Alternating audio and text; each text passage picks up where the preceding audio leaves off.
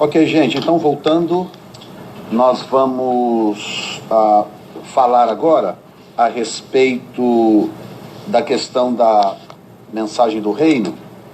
E isso na cristologia é algo muito interessante, porque quando isso é mal interpretado, isso gera um problema muito grande. E eu tenho visto por aí uma onda de falsa interpretação da chamada mensagem do reino, que tem induzido a igreja a esta falsa teologia da prosperidade.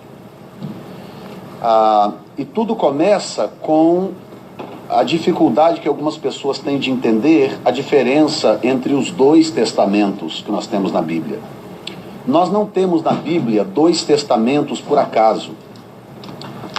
Por que uma única pessoa faria dois testamentos? Ela só faz dois testamentos se ela tiver dois grupos de pessoas diferentes que ela quer beneficiar. É o caso de Deus.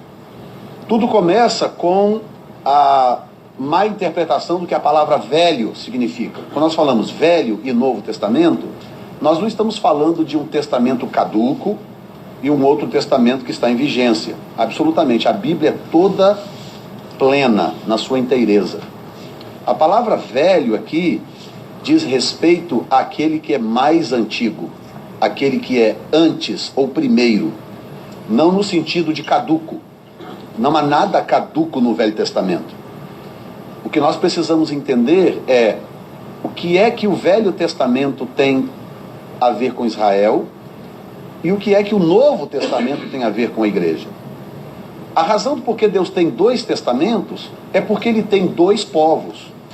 Quando começou a era dos pais da igreja, depois da morte dos apóstolos, que os líderes da igreja subsequentes começaram a influenciar a doutrina da igreja, o destino da igreja, começaram a surgir algumas heresias. Uma delas é a famosa teologia da substituição. A teologia da substituição ensina que a igreja é o novo Israel de Deus, que a igreja substituiu Israel. E a pessoa, para poder fazer uma afirmação dessa, ela tem que ignorar o livro de Romanos inteiro. Porque Paulo é tão claro em Romanos, quando ele diz que nós, os gentios, somos jambuzeiros bravos, que fomos enxertados na boa oliveira. Entendeu? E que Deus não rejeitou a Israel. Deus trouxe uma cegueira parcial a Israel até que o tempo dos gentios se complete. Mas Israel continua sendo o povo de Deus, o povo que estabelecerá o reino de Deus sobre a terra. Então o que acontece? O maior propagador da chamada mensagem do reino é um pastor das Bahamas chamado Myles Munroe. É um tremendo homem de Deus. Eu particularmente tenho uma grande admiração por ele. Poucos explanam a Bíblia como ele. E ele levantou essa bandeira da mensagem do reino com muita veemência, e como ele é muito bom no que faz, ele prega esta mensagem de tal forma que te envolve completamente. E se você não tiver um fundamento bíblico muito sólido para entender aonde que o desvio acontece, você não vai perceber. Porque a mensagem é autêntica, não tem nada de errado com a mensagem do reino. Amanhã ou depois as pessoas vão estar ouvindo isso aí na internet, ou seja lá o que for, por causa da gravação. Então não poderão dizer, o pastor Jefferson está ensinando por aí que a mensagem do reino não é autêntica. Absolutamente. A mensagem do reino é autêntica. Da maneira como eu já ouvi o Myles Munroe pregar e outros aí, ela é autêntica. Então onde é que está o problema da mensagem do reino? O problema está no fato de que a mensagem do reino não é para a igreja, é para Israel. E quando as pessoas confundem esse pequeno detalhe de que quem tem a responsabilidade, a missão de estabelecer o reino de Deus na face da terra é Israel e não a igreja. Isto causa um rombo, uma diferença gigantesca. Ou seja, a mensagem que as pessoas pregam por aí sobre o reino, ela é autêntica, ela só está sendo pregada para o povo errado. Então, para vocês entenderem, a coisa toda começa da seguinte forma. Os pregadores da mensagem do reino, eles fazem algumas afirmações que quando você leva para o escrutínio bíblico, elas não se sustentam, tá? A primeira afirmação é: Jesus não pregou outra mensagem que não fosse a mensagem do reino. Essa é a primeira afirmação que eles fazem. E essa afirmação é feita baseado em alguns princípios da palavra, tá? Por exemplo, Mateus 4:23, quem quiser abrir, abra, mas eu não vou poder esperar. Mateus 4:23 diz assim: percorria Jesus toda a Galileia, ensinando nas suas sinagogas e pregando o evangelho do reino e curando todas as enfermidades e moléstias entre o povo. Tá? Depois vem Mateus 9:35. E percorria Jesus todas as cidades e aldeias, ensinando nas sinagogas deles e pregando o evangelho do reino e curando todas as enfermidades e moléstias do povo. 24:14. E este evangelho do reino será pregado em todo o mundo, em testemunho a todas as gentes, e então virá o fim. Marcos 1:14. Diz assim: e depois que João foi entregue à prisão, veio Jesus para a Galileia, pregando o evangelho do reino de Deus. Lucas 4:43. Ele, porém, lhes disse: também é necessário que eu anuncie a outras cidades o evangelho do reino de Deus, porque para isto fui enviado. Tá? E Lucas 5:1. Diz assim: e aconteceu que, apertando a multidão para ouvir a palavra de Deus, estava ele junto ao lago de Genezaré, e viu estar 2 barcos junto à praia do lago, e os pescadores, havendo descido deles, estavam lavando as redes. E por aí vai. Essa é a primeira afirmação. Jesus não pregou outra mensagem que não fosse o reino de Deus. A segunda afirmação é que Paulo também não pregou outra mensagem que não fosse o evangelho do reino. E eles usam um texto até interessante. No último capítulo do livro de Atos, capítulo 28, o livro de Atos termina de uma forma muito curiosa. Ele termina da seguinte forma, Atos 28, versículo 30 em diante. Diz assim: Paulo ficou 2 anos inteiros na sua própria habitação, que alugara, e recebia todos quantos vinham vê-lo. Verso 31, esse verso é o verso-chave para as afirmações que eles fazem. Pregando o reino de Deus e ensinando com toda a liberdade as coisas pertencentes ao Senhor Jesus Cristo, sem impedimento algum. Bom, baseado nessas informações que eu acabei de dizer, os pregadores da mensagem do reino dizem que a igreja não deveria estar pregando outra coisa que não fosse a mensagem do reino. E essa mensagem do reino é uma mensagem de domínio, estabelecimento do reino, o que na mente deles imediatamente e inevitavelmente vai contra a mensagem do arrebatamento da igreja, ou seja, a mensagem do arrebatamento da volta de Jesus em 2 etapas, pré-tribulacionista. Porque se a igreja tem que estabelecer o reino de Deus, não faz sentido a igreja ser arrebatada da terra. Porque a igreja tem que estabelecer o reino de Deus na face da terra. Então, um desvio vai levando ao outro. Tá? E então, onde é que está o problema? Já que alguns textos falam claramente sobre o evangelho do reino. Eu vou mostrar para vocês agora onde é que estão os detalhes que às vezes eles perdem. Vamos começar por Marcos 4:23. E percorria Jesus toda a Galileia, ensinando aonde?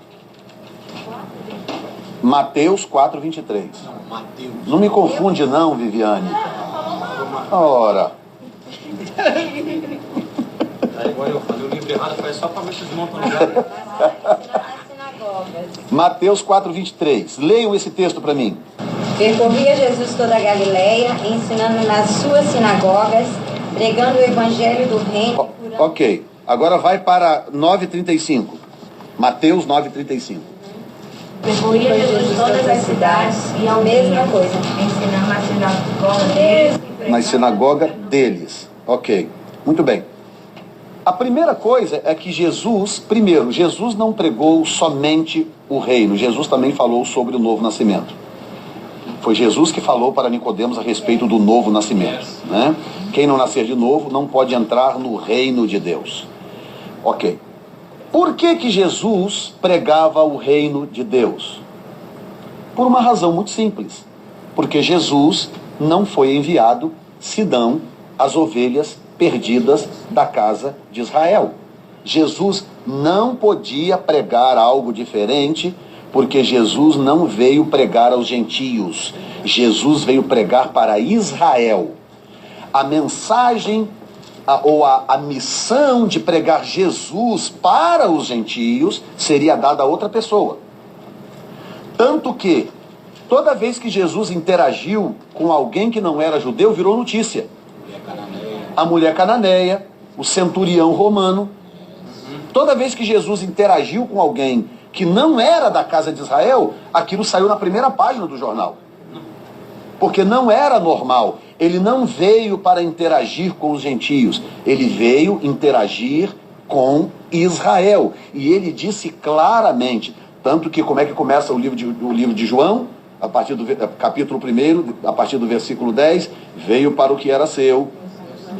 E os seus não o receberam. Veio para o que era seu, mas os seus não o receberam. Aí tem um ponto e vírgula e diz, mas a todos quantos o receberam. O problema é que entre esse veio para o que era seu e os seus não receberam, tem um ponto e vírgula aí, entre uma frase e outra tem algo acontecendo no mundo espiritual.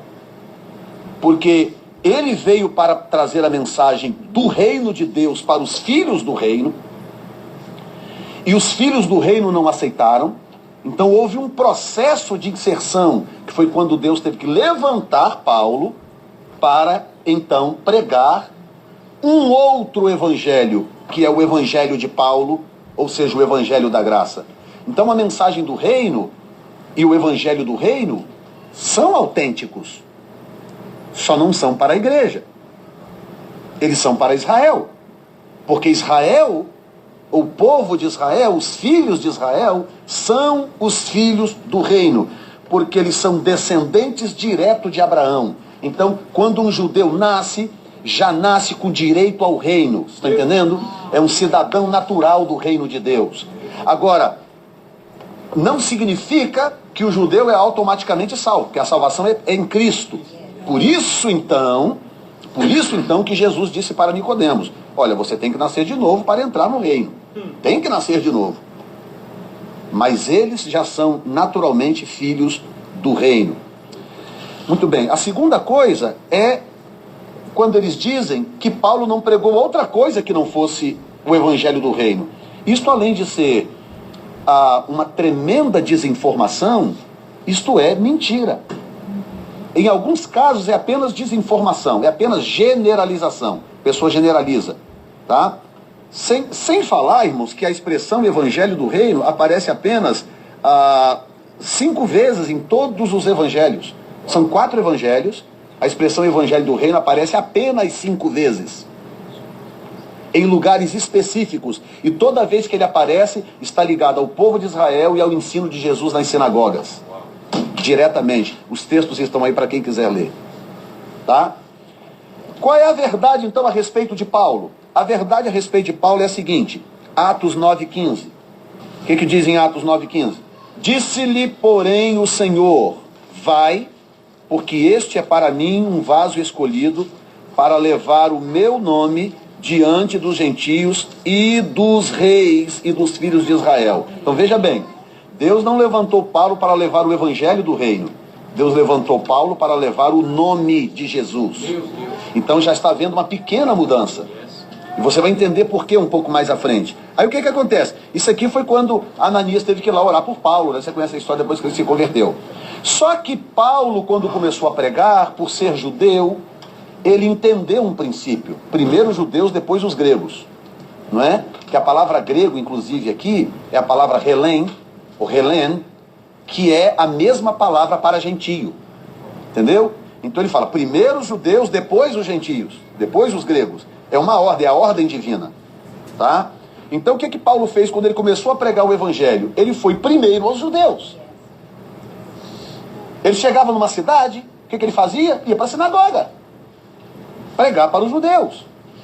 Porque ele estava, na verdade, imbuído desta missão de levar a mensagem para o seu povo. Só que começou a acontecer algo interessante. Então veja bem, primeiro em Atos 13:47, versículo 46, diz: Mas Paulo e Barnabé, usando de ousadia, disseram: Era mister que a vós se vos pregasse primeiro a palavra de Deus. Mas visto que rejeitais, olha bem, hein? 6. Olha bem que algo começa a acontecer, tá? Primeira viagem missionária de Paulo essa. Mas Paulo e Barnabé, usando de ousadia, disseram: Era mister que a vós se vos pregasse primeiro a palavra de Deus. Mas visto que a rejeitais e não julgais digno da vida eterna, eis que nos voltamos para os gentios. Porque o Senhor assim nos mandou: Eu te pus para a luz dos gentios, para que sejas de salvação até os confins da terra. Então, a primeira experiência de rejeição que Paulo teve entre os judeus, essa é a primeira experiência de rejeição. Falou: eu vim trazer para vocês primeiro a palavra, vocês não querem? Então eu vou para os gentios, tá?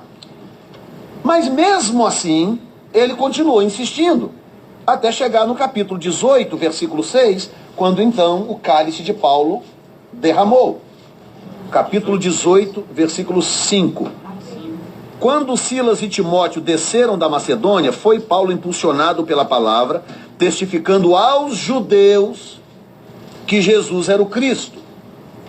Mas, resistindo e blasfemando eles, sacudiu as vestes e disse-lhes: O vosso sangue seja sobre a vossa cabeça, eu estou limpo e desde agora parto para os gentios.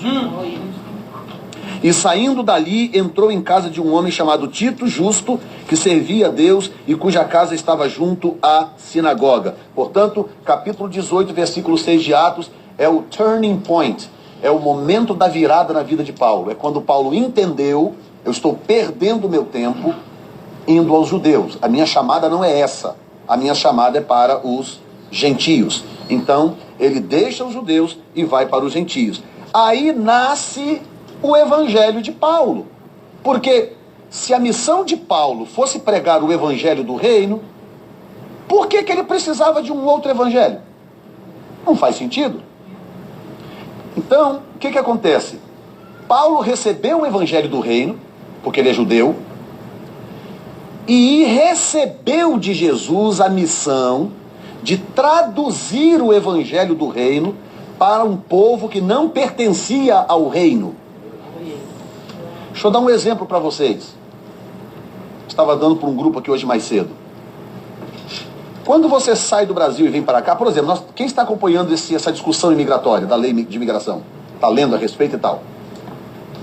Poucos americanos estão, sabe por quê? Não interessa para eles. Não interessa para eles. A maioria dos americanos não tem a menor ideia como que se consegue um green card nesse país. Eles não têm nenhuma informação sobre visto, que tipo de visto você precisa, nada disso. Sabe por que eles não sabem disso? A razão por que eles não sabem é porque eles não precisam. Eles são filhos do reino, filhos da terra. Portanto, o discurso do presidente da República para os americanos é um. E o discurso dele para os imigrantes é outro. Porque ele não pode pregar para os imigrantes a mesma mensagem que ele está pregando para os filhos do reino. São duas mensagens completamente diferentes. São dois povos. Então, os filhos do reino têm direito legal, é um direito natural. Eu estava até falando para eles aqui, por que imigrante às vezes prospera mais aqui do que americano?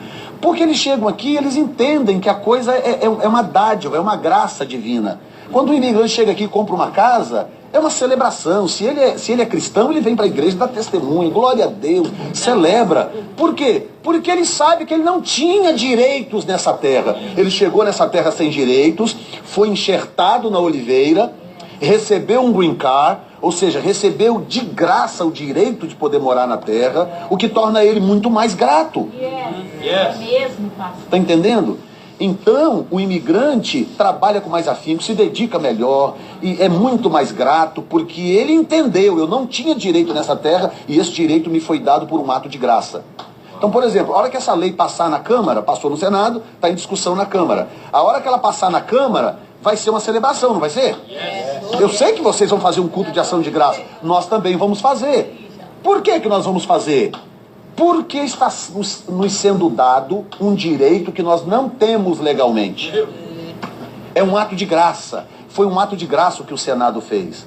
É um ato de graça que a Câmara vai fazer. Quando o presidente assinar aquela lei, ele estará nos dando um ato de graça. Nós vamos estar sendo enxertados nessa oliveira para passarmos a ter direito a este reino que não é nosso por direito. Está entendendo? Aí nasce o Evangelho de Paulo, Romanos 2,16. No dia em que Deus há de julgar os segredos dos homens por Jesus Cristo, segundo o meu Evangelho. Por que não segundo o Evangelho do Reino? Por que não? Se fosse Israel, tudo bem, mas julgar os segredos dos homens por Jesus Cristo não pode ser segundo o Evangelho do Reino. Tem que ser segundo o Evangelho da Graça. O Evangelho de Paulo é o Evangelho da Graça. Romanos 16, 25. Ora, aquele que é poderoso para vos confirmar, segundo o meu Evangelho, ele está escrevendo para a igreja, não para Israel. Segundo o meu Evangelho e a pregação de Jesus Cristo. Lembra o que Jesus falou para ele? Quando ele foi chamado, falou para Ananias, não vai porque ele é um vaso escolhido para levar o meu nome, não levar o Evangelho do Reino, o meu nome. É uma mensagem de graça.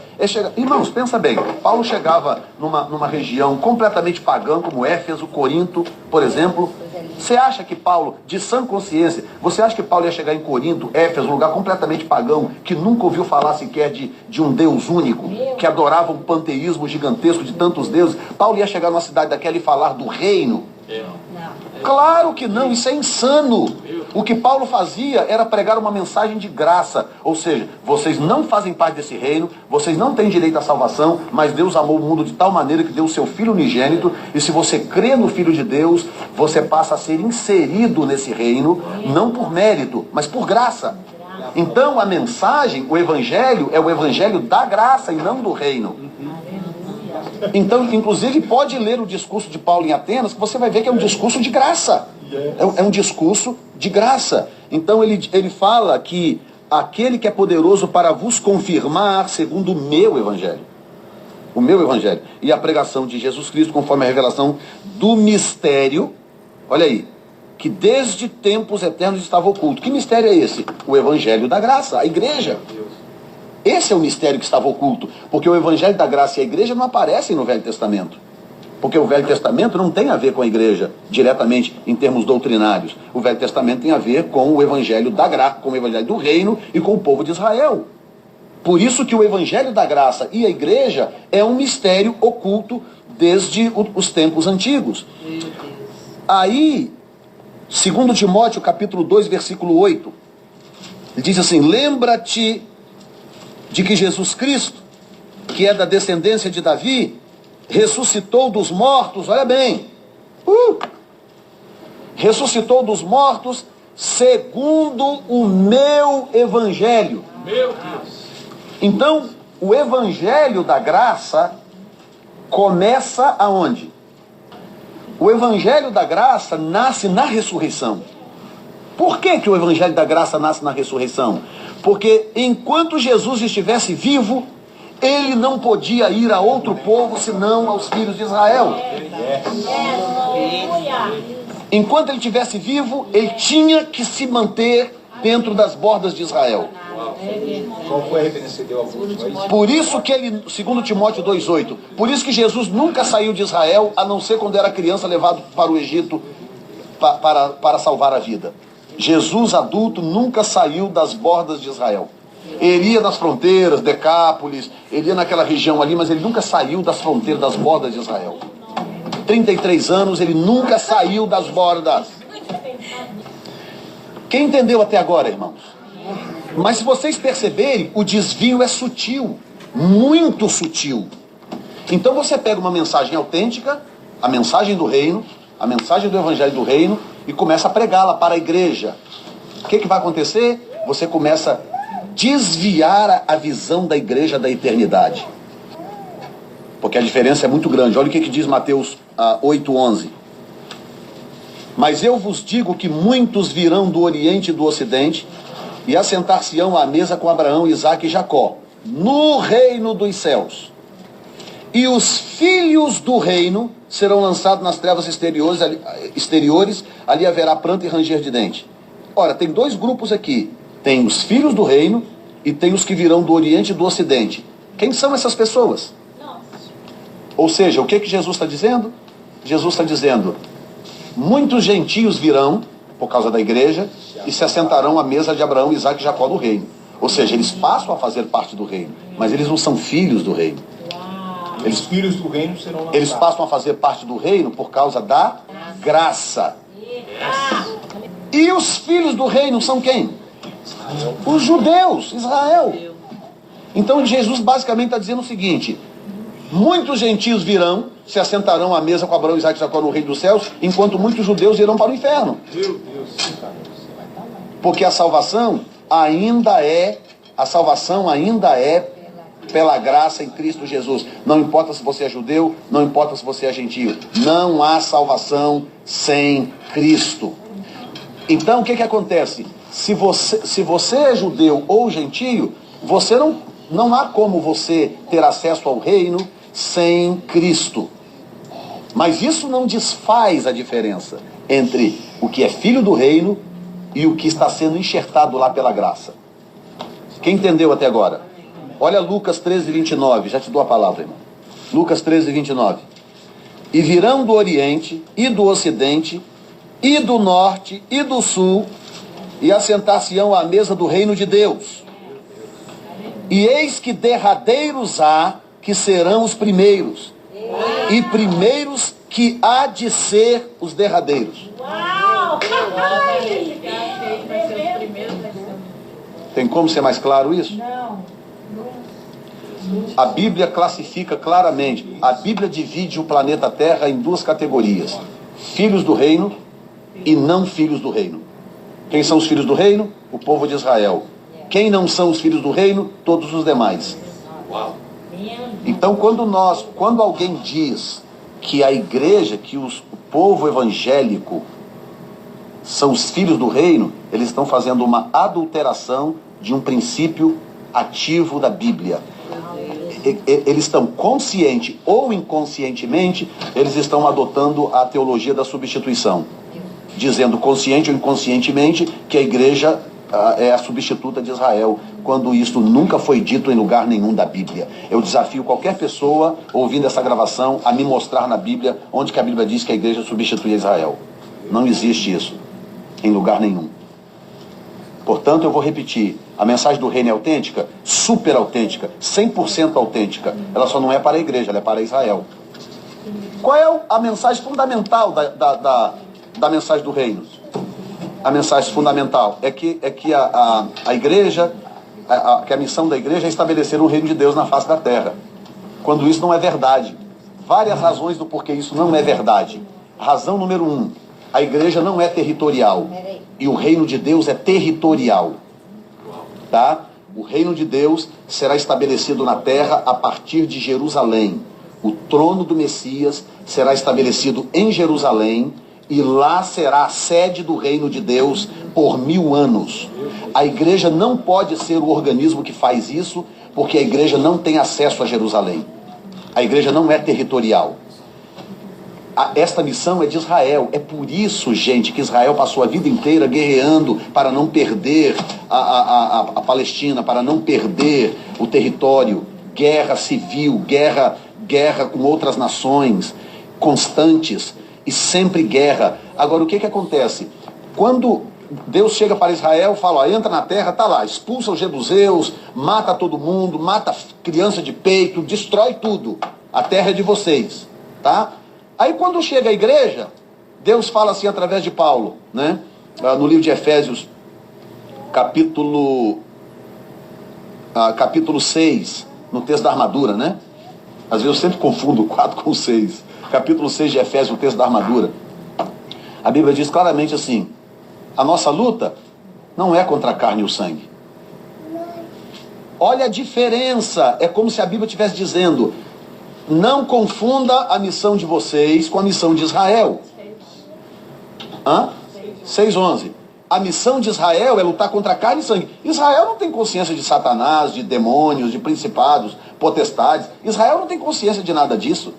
Israel está preocupado com Hamas, com Hezbollah, com Síria, com Irã, Iraque, com Turquia, Arábia Saudita. É com isso que Israel está preocupado. Enquanto que a igreja não está preocupada com o Irã, com o Iraque, com o Hezbollah, com nada disso. A igreja está preocupada com principados, potestades, príncipes das trevas desses séculos, hostes espirituais da maldade dos lugares celestiais. Ou seja, Deus deu para Israel uma missão e deu para a igreja uma outra missão completamente diferente.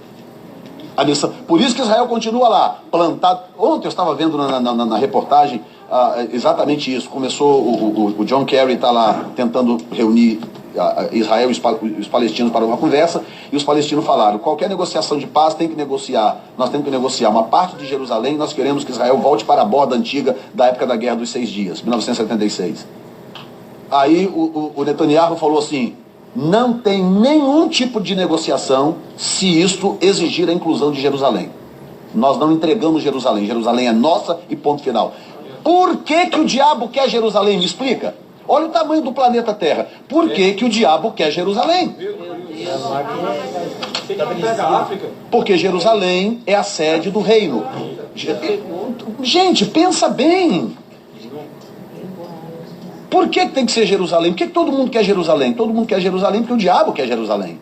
E o diabo quer Jerusalém porque se os judeus perderem Jerusalém, o estabelecimento do reino de Deus está comprometido na face da terra. Porque as profecias dizem que o reino será estabelecido em Jerusalém. E isso não é missão da igreja, não é missão da igreja, é missão de Israel.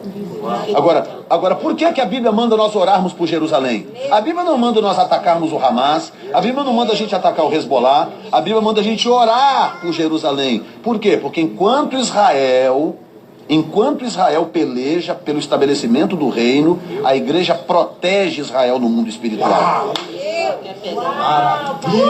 Agora, por que a igreja protege Israel no mundo espiritual enquanto ele guerreia?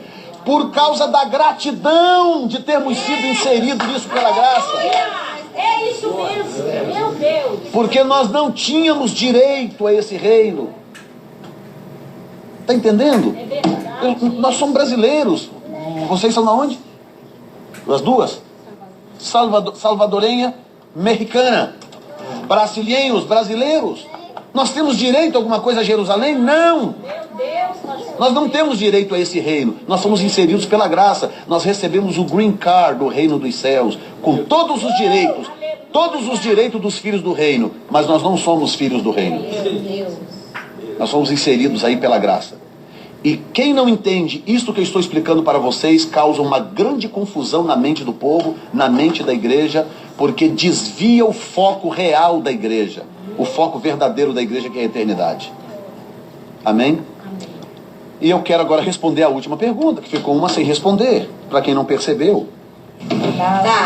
O senhor abordou aí que a mensagem é do reino, primeiro, que ela não é territorial, você ia dar mais algumas explicações. Não, agora. Então, a igreja não é territorial, a igreja não tem posse de Jerusalém, o reino será estabelecido em Jerusalém, como profetizado em vários lugares, inclusive em Ezequiel, do capítulo 39, do capítulo 40 em diante de Ezequiel, tudo sobre o milênio, sobre o estabelecimento do reino de Deus no milênio. Entendeu? A igreja não é territorial, a igreja não tem posse de Jerusalém, a igreja não é fronteiriça, a igreja é uma igreja sem fronteira. Eu nasci no Brasil, estou aqui pastoreando nos Estados Unidos da América. Para chegar aqui eu não tive que fazer guerra, tomar o governo, blá blá blá. Não, a igreja não tem fronteira, porque a igreja não é territorial, estão entendendo? Israel é diferente. Israel tem que ficar onde está, porque Israel é territorial. Aquilo ali é a região onde o reino será estabelecido. Entendeu? Então, se você prega essa mensagem erradamente para o povo, o que acontece? Você começa a gerar um povo soberbo. Não, nós temos direito ao reino, nós temos que pregar a mensagem do reino. Não, nós temos que pregar a mensagem da graça. Nós temos que dizer para o povo, vocês deveriam estar no inferno, nós não tínhamos direito a isso, mas por misericórdia nós fomos enxertados nessa boa oliveira e pela graça fomos salvos. Isso não vem de nós, não vem das obras, vem de Deus para que ninguém se glorie. Não é mérito. Estão entendendo, irmãos? Então, deixa eu só responder essa última questão, que agora vale a pena. Por que Paulo, que é o Holy Grail dos pregadores da mensagem do reino, é Atos capítulo 28. Então vamos voltar para lá. Vamos entender por que Paulo ficou... por que Paulo pregou a mensagem do reino, então, no final do livro de Atos? Isso aqui é o bibelô dos pregadores da mensagem do reino, né? Diz assim, versículo 30. E ficou Paulo 2 anos inteiros na sua própria habitação, que alugara, e recebia todos quantos vinham vê-lo, pregando o reino de Deus e ensinando com toda a liberdade as coisas pertinentes ao Senhor Jesus Cristo, sem impedimento algum. Bom, em primeiro lugar, eles ignoram a exegese do texto, tá? A exegese do texto diz que Paulo fazia duas coisas. Olha o texto aí. Me diga quais eram as duas coisas que Paulo fazia. Pregava e ensinava. Ok, pregava o quê? O reino de Deus. E o que mais? As coisas pertencem ao Senhor Jesus. Referente ao Senhor Jesus. Ok, então Paulo fazia duas coisas. Eles não dizem isso, tá? Eles só dizem que Paulo pregava, ficou 2 anos pregando o evangelho do reino de Deus. Isso não é verdade. Paulo fazia duas coisas. Ele pregava o reino de Deus e ensinava as coisas pertencentes ao Senhor. Se fosse a mesma coisa, não precisava ter esse e. É isso mesmo. Ele pregava o reino de Deus e ensinava com toda a liberdade as coisas pertencentes ao Senhor Jesus Cristo. Ele fazia duas coisas. Agora vamos entender por que ele fazia duas coisas. Que é outra coisa que eles não dizem. Dá uma olhada no capítulo 28, o início do capítulo 28. 28:11. 3 meses depois partimos num navio de Alexandria que invernava na ilha, o qual tinha por insígnia Castor e Pollux. Deixa eu adiantar mais um pouquinho. Alguns irmãos rogaram, e logo, ok, verso 16. E logo que chegamos a Roma, o centurião entregou os presos ao general dos exércitos, mas a Paulo se lhe permitiu morar por sua conta com o soldado que o guardava. E aconteceu que, 3 dias depois, Paulo convocou os principais judeus. Olha aí porque o reino. Eles não dizem isso, porque eles pegam o versículo isoladamente, combinado com aqueles textos que eu li dos evangelhos, para poder dizer o que dizem. E aconteceu que 3 dias depois, Paulo convocou os principais dos judeus e juntos eles lhes disse: varões e irmãos, não havendo eu feito nada contra o povo ou contra os ritos paternos, vim contudo preso desde Jerusalém, entregue nas mãos dos romanos, os quais, havendo-me examinado, queriam soltar-me, por não haver em mim crime algum de morte. Mas opondo-se os judeus, foi-me forçoso apelar para César, não tendo contudo de que acusar a minha nação. Por esta causa vos chamei para vos ver e falar, porque pela esperança de Israel estou com esta cadeia. Então eles lhes disseram: nós não recebemos acerca de ti cartas algumas da Judéia, nem veio aqui algum irmão que nos anunciasse ou dissesse de ti mal algum. No entanto, bem quiséramos ouvir de ti o que sentes, porque quanto a esta seita, notório nos é que em toda parte se fala contra ela. E havendo-lhes eles assinalado um dia, muitos foram ter com ele à pousada, aos quais declarava com bom testemunho o reino de Deus e procurava persuadi-los. Por que ele está falando do reino de Deus? Porque eram judeus. Então olha a coerência. A razão do porquê Paulo estava falando do reino de Deus, porque o seu auditório era judaico. Está entendendo? Testemunho do reino de Deus e procurava persuadi-lo à fé de Jesus, tanto pela lei de Moisés como pelos profetas, desde pela manhã até a tarde. Esta é a razão. E alguns criam no que se dizia, mas outros não criam. E como ficaram entre si discordes, se despediram dizendo, Paulo esta palavra: bem falou o Espírito Santo a nossos pais pelo profeta Isaías, dizendo: vai a este povo e dize, de ouvidos ouvireis, e de maneira nenhuma entendereis, e vendo vereis, e de maneira nenhuma percebereis, porquanto o coração deste povo está endurecido, e com os ouvidos ouviram pesadamente e fecharam os olhos, para que nunca com os olhos vejam, nem com os ouvidos ouçam, nem de coração entendam, e se convertam e eu escure. Seja-vos, pois, notório que esta salvação de Deus, olha bem agora, seja-vos, pois, notório que esta salvação de Deus é enviada aos gentios, e eles a ouvirão. E havendo ele dito isto, partiram os judeus, tendo entre si grande contenda. Aí é que veio o verso 30 e 31. Quando você lê ele dentro do contexto, aí faz sentido. E Paulo ficou 2 anos inteiros na sua própria habitação, que alugara e recebia todos quantos vinham vê-lo, pregando o reino de Deus e ensinando. Por que ele fazia 2 coisas? Ele pregava o reino de Deus e ensinava a respeito de Jesus, porque ele recebia judeus e gentios. Então, quando ele recebia judeus, ele pregava o reino. Quando ele recebia gentios, ele ensinava a respeito de Jesus, que é o evangelho da graça. É complicado entender isso, ou está claro?